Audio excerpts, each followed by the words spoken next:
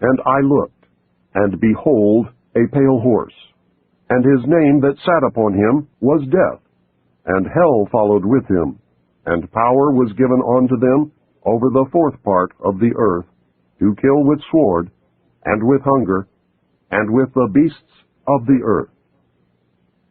Book of Revelation, chapter 6, verse 8. There have been many related sequential coincidences all throughout my life, incidents that by themselves would have led nowhere. Statistically, the odds against the same or a related sequence of events happening to one individual are astronomically high. It is this series of incidents that have convinced me that God has had a hand in my life. I do not believe in fate. I do not believe in accidents. I cannot and will not accept the theory that long sequences of unrelated accidents determine world events.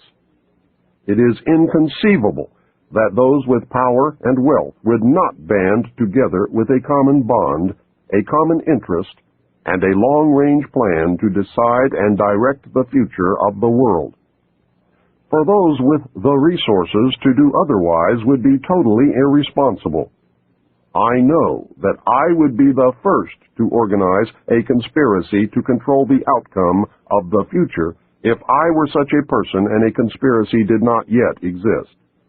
I would do it in an attempt to ensure the survival of the principles in which I believe, the survival of my family, my survival, and the survival of the human race, if for no other reason. I believe, therefore, that a grand game of chess is being played on a level that we can barely imagine, and we are the pawns.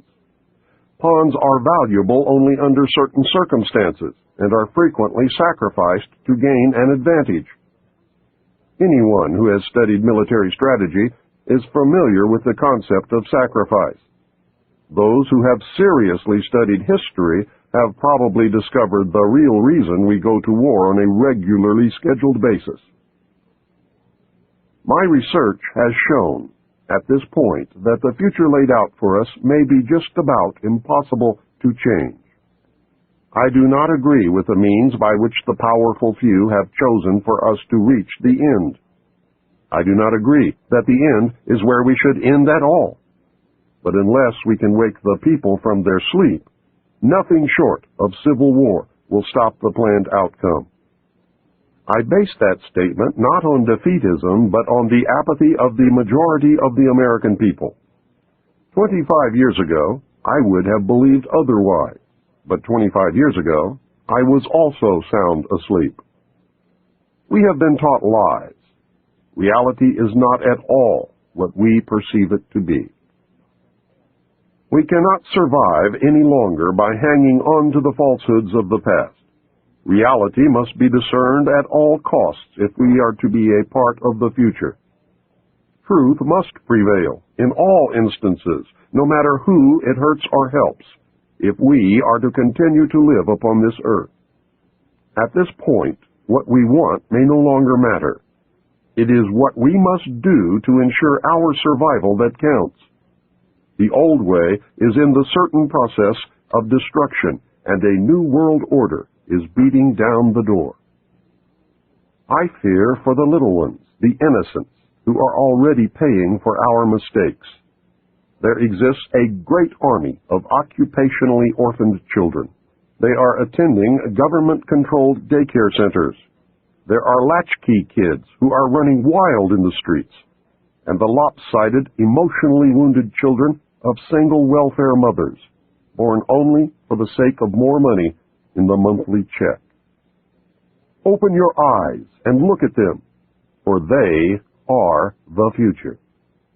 In them I see the sure and certain destruction of this once proud nation. In their vacant eyes, I see the death of freedom. They carry with them a great emptiness, and someone will surely pay a great price for their suffering. If we do not act in concert with each other and ensure that the future becomes what we need it to be, then we will surely deserve whatever fate awaits us. I believe with all my heart that God put me in places and in positions throughout my life so that I would be able to deliver this warning to His people. I pray that I have been worthy and that I have done my job. From the time a person leaves its mother's womb, its every effort is directed toward building, maintaining, and withdrawing into artificial wombs various sorts of substitute protective devices or shells.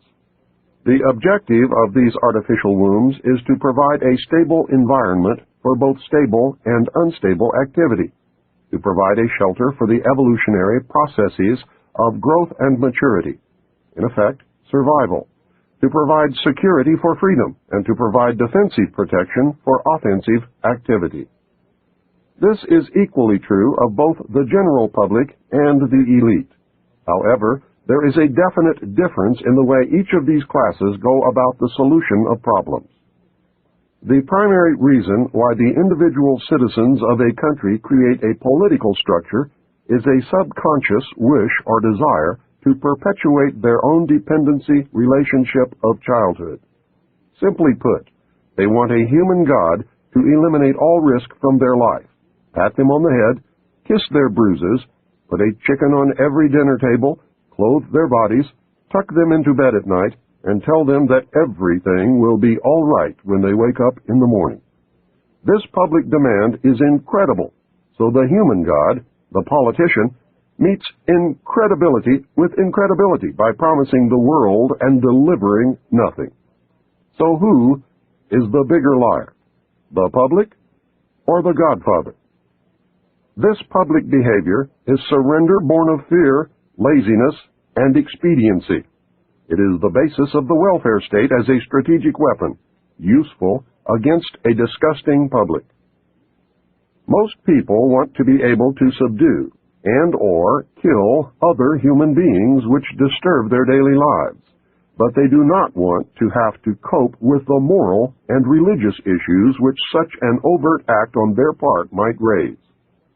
Therefore, they assign the dirty work to others, including their own children, so as to keep the blood off their own hands. They rave about the humane treatment of animals, and then sit down to a delicious hamburger from a whitewashed slaughterhouse down the street and out of sight. But even more hypocritical, they pay taxes to finance a professional association of hitmen, collectively called politicians, and then complain about corruption in government. Again, most people want to be free to do things, but they are afraid to fail. The fear of failure is manifested in irresponsibility, and especially in delegating those personal responsibilities to others where success is uncertain or carries possible or created liabilities which the person is not prepared to accept.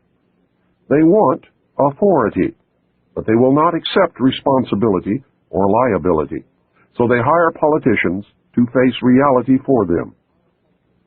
The people hire the politicians so that the people can, 1, obtain security without managing it, 2, obtain action without thinking about it, 3, inflict theft, injury, and death upon others without having to contemplate either life or death, 4, avoid responsibility for their own intentions, 5, obtain the benefits of reality and science without exerting themselves in the discipline of facing or learning either of these things.